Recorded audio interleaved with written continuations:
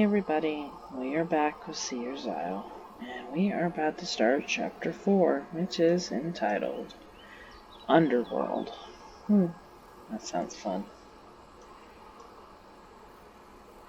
The slope got steeper as they advanced. The leafy underbrush of intermingled oaks, birch, and beech trees clears little by little. After a while they realize that they are now surrounded by conifers. The path is half hidden beneath a carpet of brown needles. They continue in silence. Frey is at the head of the line at ease in this familiar environment. The standing stones which mark the route are smaller now, forcing her to stop at each other to seek out the next one. Duncan comes at the back. He tries to put on a brave face, but the exchange of blows with Eric the day before has earned him his share of bruises and strains. Freya turns back regularly to be sure that the rest of the group is not falling behind. When the sun is almost at its zenith, they arrive on a natural plateau. Freya stops to admire the landscape. Here the view is less obstructed, but the forest seems to stretch endlessly in every direction. Listening carefully, she can hear the crystalline tinkling of mountain streams. The others have caught up. Connor sits and stretches his tired legs. Alright. It's a bit lacking in paved roads, and some taverns wouldn't go amiss, but at least we're seeing the world. One more push, just a bit further, and I think there's a water source. Duncan points. That way? Yes, why? If I stop now, I'm not sure I'll be able to get going again. I'll go in front if you want to stop for a few minutes to catch your breath. Connor gets up. Connor, Duncan's right. If I sit down for too long, I'm gonna doze off. They continue their walk, reinvigorated by the sound of running water getting closer and closer. Freya guides them, and after crossing a boulder field, they discover a shallow stream. There's a waterfall further upstream. There must be a natural pool carved out under the fall. It'll be ideal for us to freshen up and fill our flask. Arlen looks at the stream with interest. It looks like there's some fish. I'm more used to sea fishing with a net, but I could try to catch us some eel. I've got hooks and line in my bag. Good idea. I'll go to hunt while you do that. There's a good chance I can raise a hare or a partridge, maybe even a deer. Duncan lowers his head unhappily. He'd like to be useful, but his wounds are troubling him.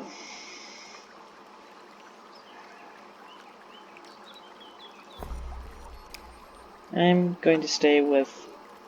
Duncan stops, discomposed. He takes a deep breath, then resumes. Can I go with you, Freya? Freya stares at him, disbelief written all over her face. It's Arlen who answers him.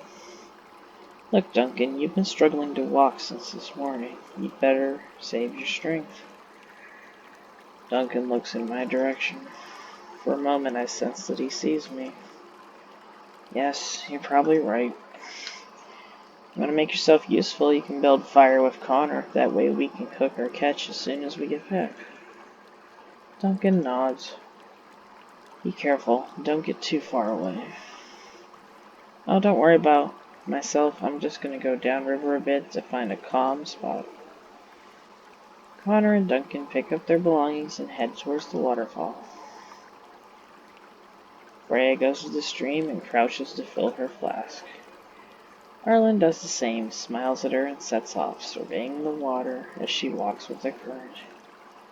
Freya watches her move away, then turns and plunges into the forest. It doesn't take long for her to find traces of her prey.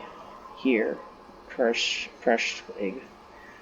Further, the creature has violently clawed the trunk of a large pine, shredding the bark and leaving an open wound, weeping sap. Freya doesn't know exactly what it is she's hunting, nor why this trail has become so important to her, but the outside world has faded away. There are only her and her prey. The forest is darker now, and less welcoming. The birds are hushed. There's a strange, menacing feeling in the air of the underbrush. Perhaps this is the great test that the folklore speaks of. Gudrid had always refused to talk of it except publicly. She said that it was the most difficult thing she had ever had to accomplish. Freya struggles through the thicket to keep moving forward. Here, nature is savage. A little light seeps through the entangled canopy. On one side, there's a cairn that seems to call to her like a lighthouse in the wilderness. On the other, she sees the savagely torn trunk of a birch.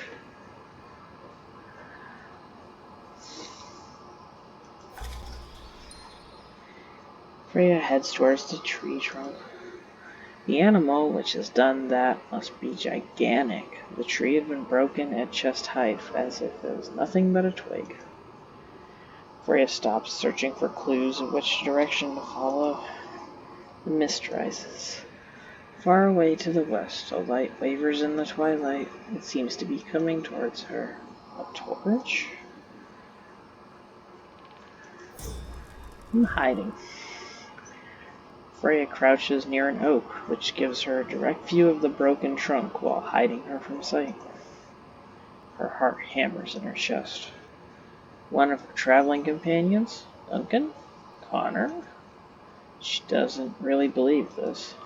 One of the protective seers of the island? Folklore says nothing about Will-o'-the-Wisp. Inexorably, the glow approaches. It's definitely a torch. A familiar form holds the torch. It seems to be her elder sister, Ingrid.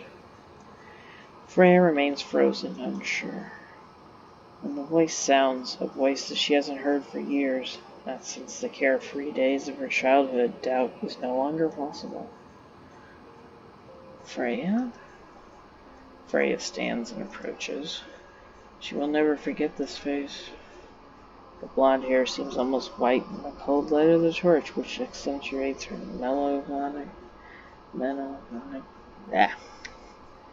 melancholic expression. Freya, there you are. Ingrid?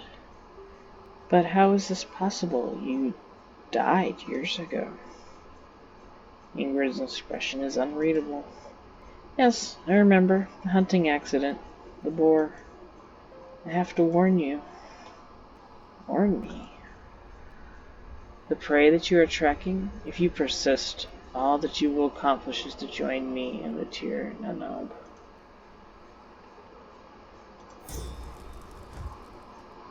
Freya lowers her eyes, a prey to doubt. She sighs and looks into Ingrid's eyes. Is there really no other way?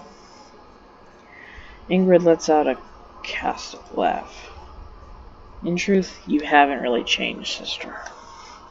Beneath all your airs of valiant warrior, you're still a frightened little girl. But it's you who should have been here. Yes, and don't forget why you're in my place today. Freya looks away. This initiation, becoming a shaman, I wasn't made for this. The words stick in Freya's throat. You're wrong. It is I who wasn't worthy. From the beginning, you were destined to guide our clan. The Seers chose you by sacrificing me. Freya turns away from her sister and looks far away towards the forest, concealing her anger. Why have you come back from the other world? I was sent to warn you. This time you must let go. Remember that when you meet your shadow. Do it for me so that my sacrifice was not in vain. I am sorry. I know. The torch flame becomes suddenly dazzling before abruptly disappearing, taking the shade of Ingrid with it. Freya is back on the trail. The tracks of the animal, now very fresh, take her to the entry of a cave. Without a doubt, it's the beast's lair. Despite her small size, she's forced to stoop to enter the tunnel, which slips gently downward. After 50 meters, the shaft opens into a large cavern. A hole in the ceiling lets in enough light to make out the cave. The silence is complete. An unpleasant odor assails Freya's nostrils, getting stronger and stronger as she moves forward. The mix of rot and the powerful musk of a large wild animal. Something moves in the depths of the cavern. Freya plants her lance in the soft soil and prepares to lose a volley of arrows. She breathes slowly and focuses her mind on the trail. The beast makes several loud snorts and then lets out a deep, thready snarl, which seems to come from the depths of the earth and shakes the walls of the cave. Freya realizes that the monster is immense. It moves forward in the light of the moon. Fear hits her like an icy wave, threatening to engulf her. A sickeningly putrefaction covered the bear's back, glowing with a blood-red aura. Ew. The animal does not attack. If Freya flees, it's likely to pursue her. If she attacks, she's not sure she can kill it or even survive.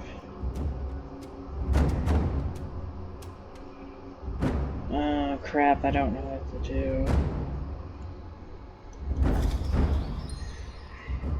Freya prepares to step back, but changes her mind.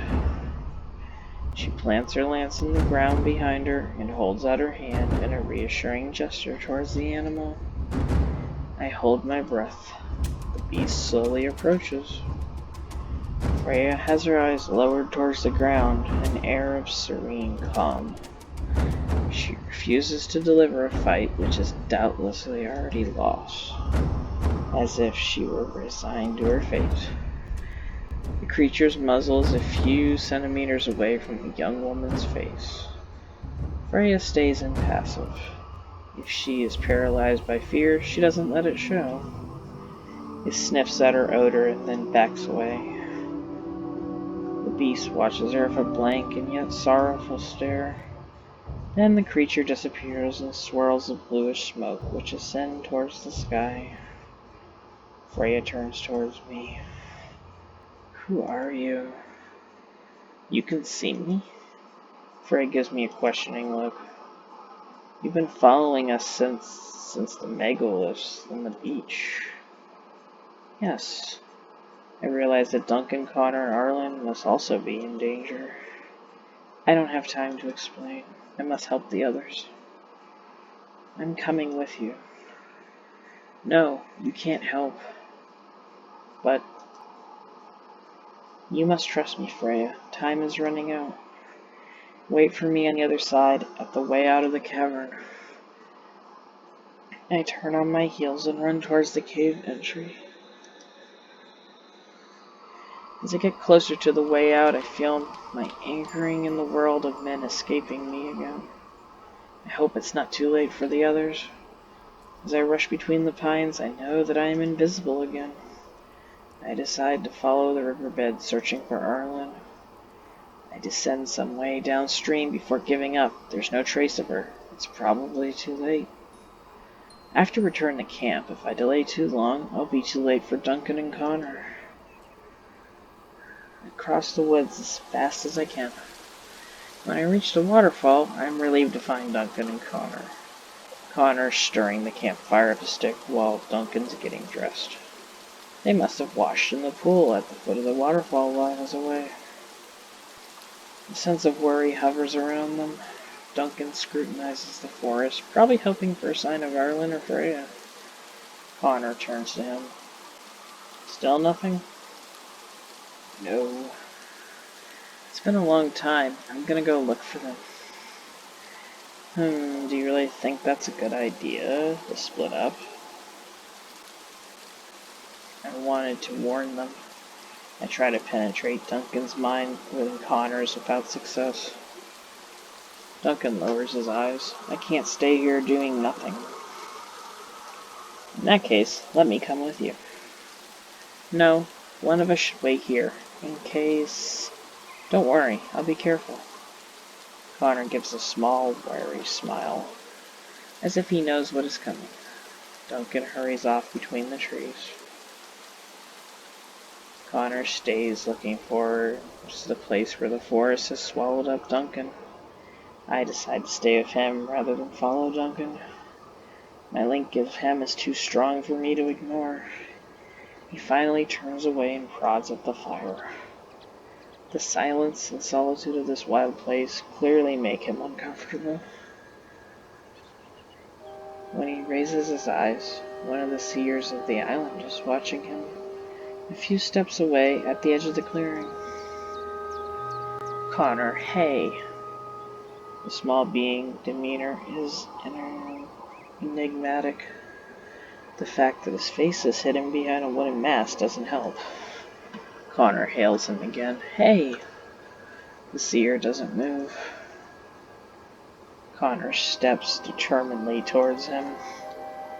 When he reaches him, the seer is still immobile, impassive. Connor is baffled. He had thought the seer would flee as he approached.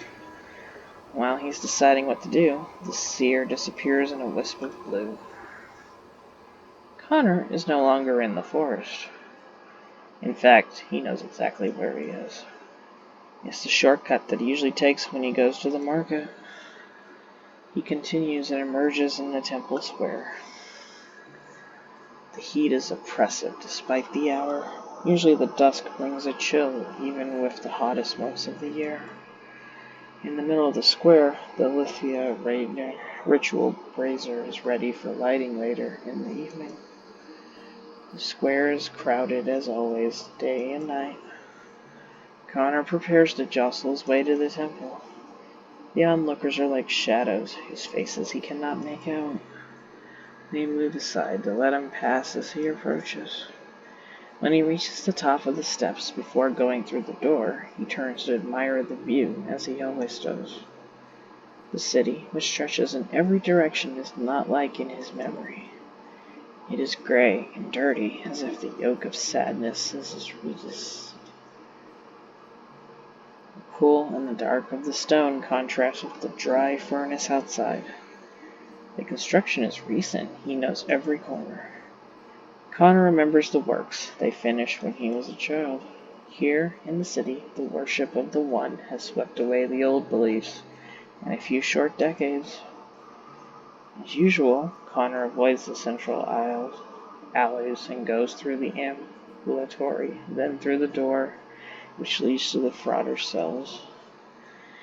On one side of his mentor, Frauder Dieter's cell. On the other side, the corridor that leads to the refectory and the library. The place seems deserted. Connor hesitates. The cell door is closed. Connor knocks softly at the door. There is the sound of a chair scraping against the stone floor, and then the door slowly opens. An old man in gray robe appears at the doorway. Connor, what are you doing here?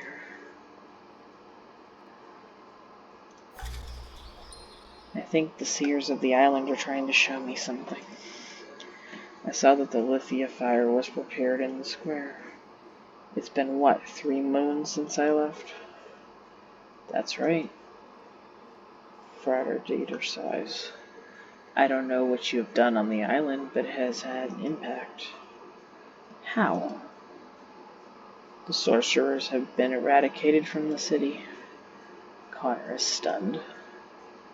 But the temple has been trying to impose the worship of the One for years.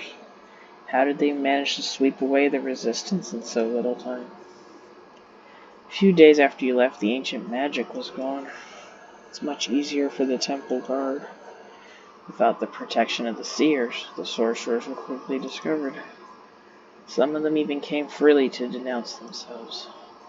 Then the citizens saw that as a sign of the times. Nobody doubts any longer the superiority of the one God. Connor doesn't know what to say. You should go and see the potter. He will give you a hero's welcome. The cell door closes. He goes to the main corridor, towards the great double doors of the Praetor's office. His steps resound in a long empty space. He knocks at the door and then opens it a crack. The office is plunged in the gloom of twilight, lit only by a few candles. Behind an imposing wooden desk, a man has stopped his work to see who dares to bother him. When he recognizes Connor, his ostrich face is lit with a wide smile. Connor? He comes around the desk and takes the young man in his arms. What a surprise. As you can see, Potter, I'm very much alive. I see. I praise the One for giving me the chance to thank you for all you've done for the temple. Thank me? Yes, thanks to you, the world has finally been cleansed of the pagan stains. The ancient magic is gone, and the people have finally been forced to recognize the superiority of one true God. Temple is now the only guardian of order and of the divine, and all thanks to you, my son. I was horrified. But no, I'm not responsible for all that. I'm still on the island. I haven't finished the ascent. Come, the details don't matter. What's important is the results. The temple's finally mastered the city. Connor reacts stunned. Have you seen what's happening outside? The populace is terrified. The old man gave a toothy grin. Fear of the One is the first step towards wisdom. If I had known you wanted to reduce the city to slavery, you would what? You fed and housed you when you had nothing but a filthy orphan. The frauders welcomed you as one of their own. They taught you to read, to count. The temple has given you everything. All that we asked in return was that you go to the island and put an end to these blasphemous rituals. And now that you've succeeded, you come to preach morality? Before Connor has the time to answer, the Potter has pulled a long knife from a fold in his robe. He throws himself forward, the knife before him. Without thought, Connor takes a sidestep and avoids the dagger. The old man, carried by his monument, trips and falls against the desk. He turns with difficulty. In the fall, the blade has buried itself in his chest. Good. The Potter is livid. He opens his mouth to proffer a last curse, but the words stay locked in his throat.